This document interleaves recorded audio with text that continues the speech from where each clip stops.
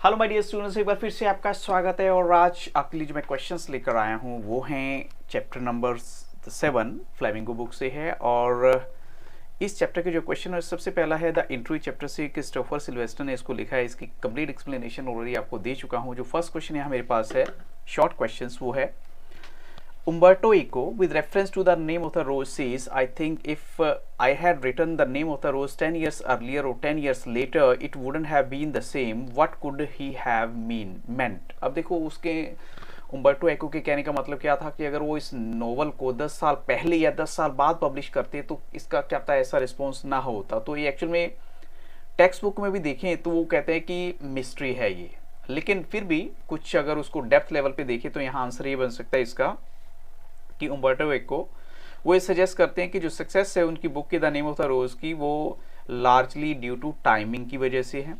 फिर भी कहते हैं he believe that if he had written the book 10 years earlier और 10 year लेटर तो हो सकता है इसका वो इम्पैक्ट ना होता। इसमें सबसे पहले क्या है कि एक उम्बर्टो का ये रिकग्नाइज करना जो इम्पोर्टेंस है कल्चरल कंटेक्स्ट की, या फिर हाउ जो रिसेप्शन ऑफ द बुक या कोई भी एक work of art is influenced by historical social and political climate of its time, वो सबसे इंपॉर्टेंट हो जाता है। हो सकता है उस टाइम सिचुएशंस, उस टाइम हालात ऐसे हों कि वहाँ की जो कल्चरल या पॉलिटिकल लेवल पे ऐसी सिचुएशंस हो जिसकी वजह से इस बुक को बहुत बड़ी सक्सेस मिल गई। या सेकेंड पॉइंट वो ये कहना चाहते हैं कि जो थीम है या आइडिया जो उन्होंने एक्सप्लोर किए अपने इस बुक के अंदर वो उस टाइम के जो रीडर्स हैं उनके माइंड में हो सकता है उनका एक अलग से इम्पैक्ट हो, तो ये भी उसका सबसे बड़ा रीज़न हो सकता है। अब चलते हैं क्वेश्चन 1A, यानी जो इसी का सेकंड पार्ट हम कहेंगे।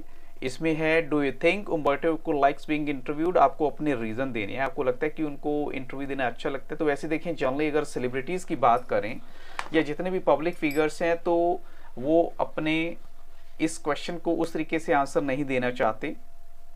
उसका रीज़न क्या है कि नहीं, उसका रीज़न ये भी हो सकता है कि जितने भी क्वेश्चंस जो हैं उम्बर्टो एको के मुकुंद पदम्बा ने पूछे तो वो उन्होंने आंसर अच्छे से दिया as compare to celebrity.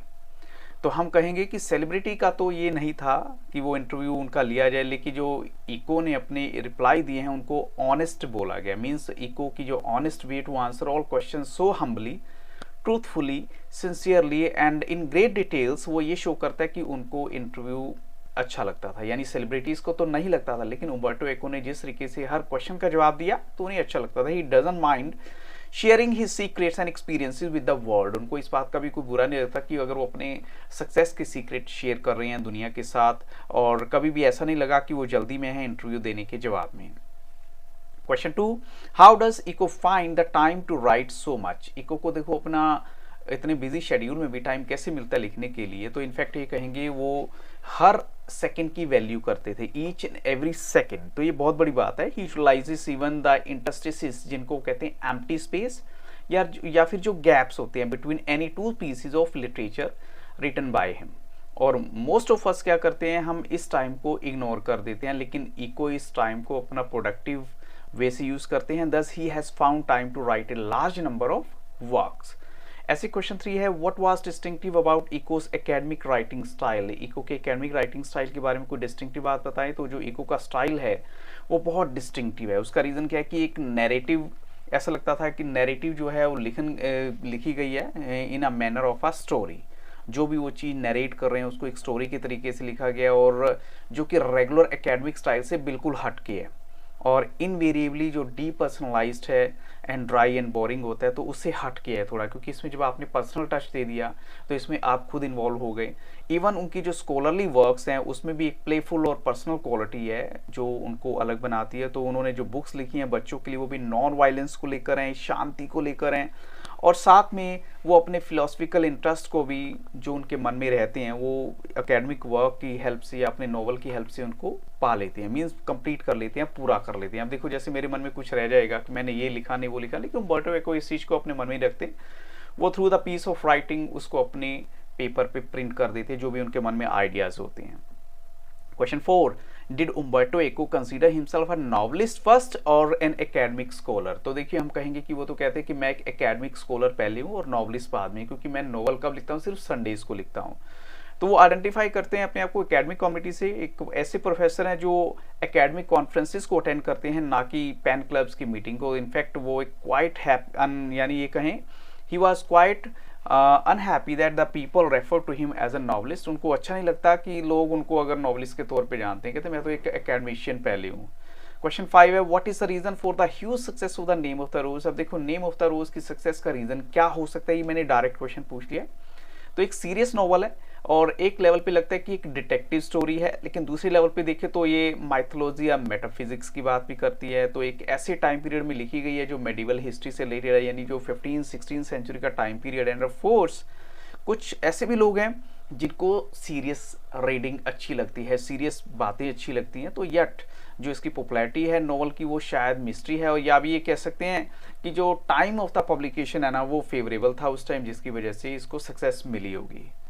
Question 6 what are some of the positive views on interviews. Interviews को लेकर कुछ पॉजिटिव व्यूज आप बता सकते हैं। तो यस हम कहेंगे कि ये एक सबसे अच्छा जो मीडियम ऑफ कम्युनिकेशन है और एक सच्चाई को जानने का तरीका है, एक माध्यम है, और साथ में इंफॉर्मेशन को पाने का भी तरीका है। तो कुछ इसको देखते हैं एक आर्ट की तरह पे। तो अगर ये देखें these days we know about the celebrities and others, अगर उनके बारे में हमें पता लगता है तो उनके इंटरव्यू से ही पता लगता है। तो इसलिए हम कह सकते हैं कि बड़ा अच्छा तरीका है इंटरव्यू एक किसी को ज़्यादा जानने का।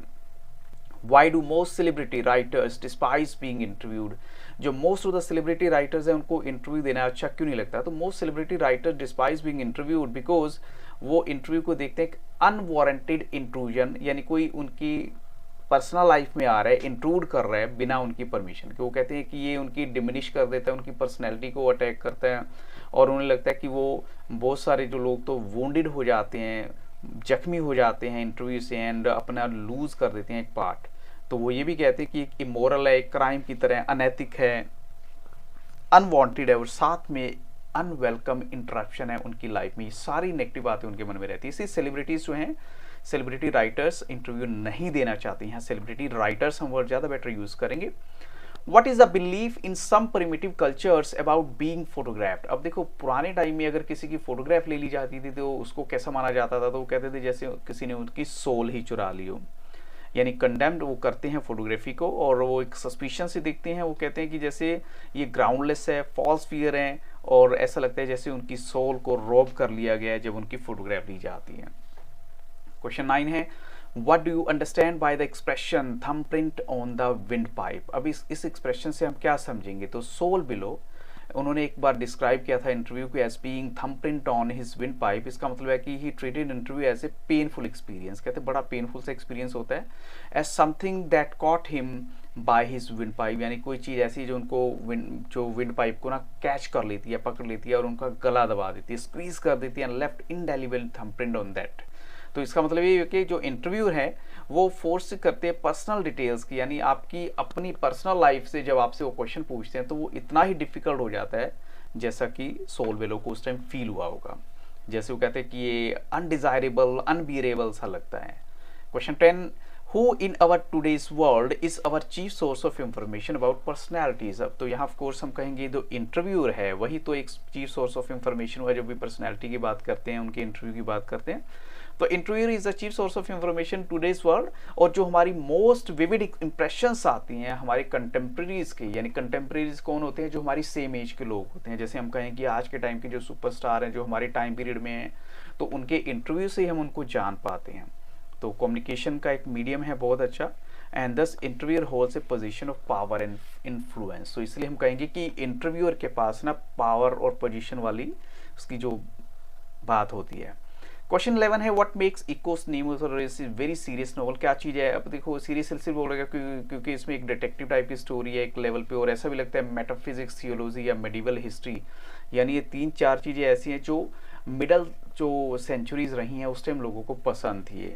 तो हो सकता है यही एक रीज़न है जिसकी वजह से ये नॉवल काफ़ी सीरियस टाइप का नॉवल सा बन के हमारे सामने आता है। ऐसे क्वेश्चन 12 है what according to Eco puzzles journalist and publishers. अब देखो क्या चीज़ है जो जर्नलिस्ट या पब्लिशर्स को पजल कर देती है? तो देखिए जब अनएक्सपेक्टेड कुछ होता है तो उनको थोड़ा सा पजल हो ही जाते हैं वो लोग। जैसे they believe that people like fresh, उनको लगता है कि लोगों को जॉक पसंद है, and do not like difficult reading experiences.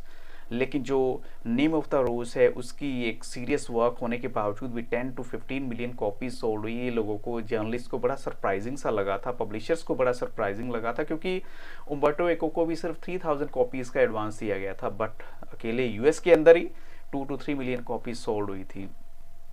ऐसे क्वेश्चन 13 है, वाई डिड उम्बर्टो एक टेक टू राइटिंग नॉवेल्स, वो नॉवेल्स क्यों लिखना उन्होंने शुरू किया। तो देखो, वो कहते हैं मैं सीमियोटिक्स का प्रोफेसर हूँ, तो मैं ज़्यादा लोगों तक नहीं पहुँच सकता था विद द हेल्प ऑफ सीमियोटिक्स, लेकिन नॉवल राइटिंग एक ऐसी चीज़ है जिससे मैं मिलियंस ऑफ पीपल तक पहुँच सकता था। इसीलिए उन्होंने जो एट द एज ऑफ 50 एक नॉवल भी लिखा। जैसे वो कहते हैं Umberto took to writing novel to satisfy, एक तो दूसरी बात क्या है कि उनको जो अपना नरेशन यानी नरेट करना, स्टोरी बताना भी अच्छा लगता था। He even did not have a single novel in to his credit till the age of 50।